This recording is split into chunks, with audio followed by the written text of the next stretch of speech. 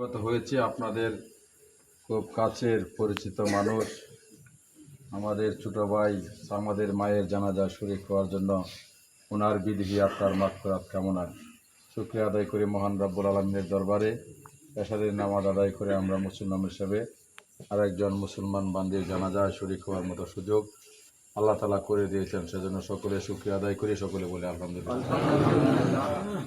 মৃত্যু সকলেরই হবে, সেটাই স্বাভাবিক, আমরা জানি, মানি, বিশ্বাস করি। আজকের মৃত্যুটা একটু ব্যতিক্রম হয়ে গেল।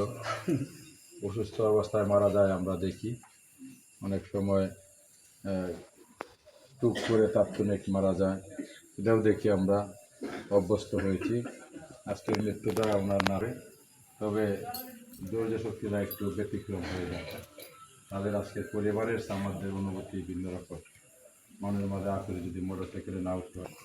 পাশাপাশি উনি মহিলা মানুষ, আমরা পুরুষ যারা আছি খুব একটা কাছে ছিলাম না, দেখি নাই, জানি নাই, শুনি নাই। পরেশান যারা আছেন তারা হয়তো কাছে থেকে দেখেছেন, প্রতিবেশী বাড়ির মানুষ। আপনাদের সাথে মনের অজান্তেও যদি কোনো কষ্ট আপনাদেরকে দিয়ে থাকে, আল্লাহর কাছে ক্ষমা করবেন। ক্ষমা করে দিলে আপনাদের কোনো ক্ষতি হওয়ার সম্ভাবনা নেই, আর ক্ষমা না করলে আপনারা লাভবান হবেন না। তাই আমরা মানুষ আজকে ওনার জন্য আপনাদের কাছে দোয়া চাচ্ছি, ক্ষমা চাচ্ছি। হয়তো 24 ঘন্টার ভিতরে এখানে যারা দাঁড়িয়ে আছি, আমি সহ, যে কেউ জন্য এই পরিস্থিতি হতে পারে, দোয়া চাইতে হতে পারে। তাই এক জায়গায় কোনো কার্পণ্য না করে আমরা যেন তাকে সকলে ক্ষমা করি, তার জন্য যেন দোয়া করি, আল্লাহ তাআলা যেন ব্যস্ত নসিব করেন, সেই আশাবাদ আমরা সকলেই যেন করি। আল্লাহ তাআলা যেন কবুল করেন, তাকে জানাতে সর্বোচ্চ মাকাম দান করবেন, এই আশাবাদ ব্যক্ত করছি।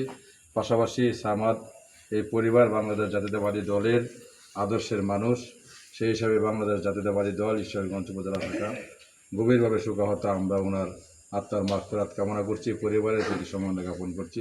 বিশেষ করে আপনাদের ভোটে নির্বাচিত, বিএনপি থেকে মনোনীত দানের শীষ প্রতীক নিয়ে নির্বাচিত হয়েছেন মাননীয় জাতীয় সংসদ সদস্য লুৎফুল্লাহ আল মাজেদ বাবু। ওনার মৃত্যুতে শোক বার্তা পাঠিয়েছেন, ওনার জন্য আপনাদের মাধ্যমে দোয়া চেয়েছেন, পরিবারের প্রতি সম্মান জ্ঞাপন করেছেন, আল্লাহর দরবারে ওনার বেরাজ কামনা করেছেন। আমি আর কথা না বাড়ি, কষ্ট করে রাত্রিবেলা অনেক মানুষ মহিলার জানাজা শরীক হয়েছেন।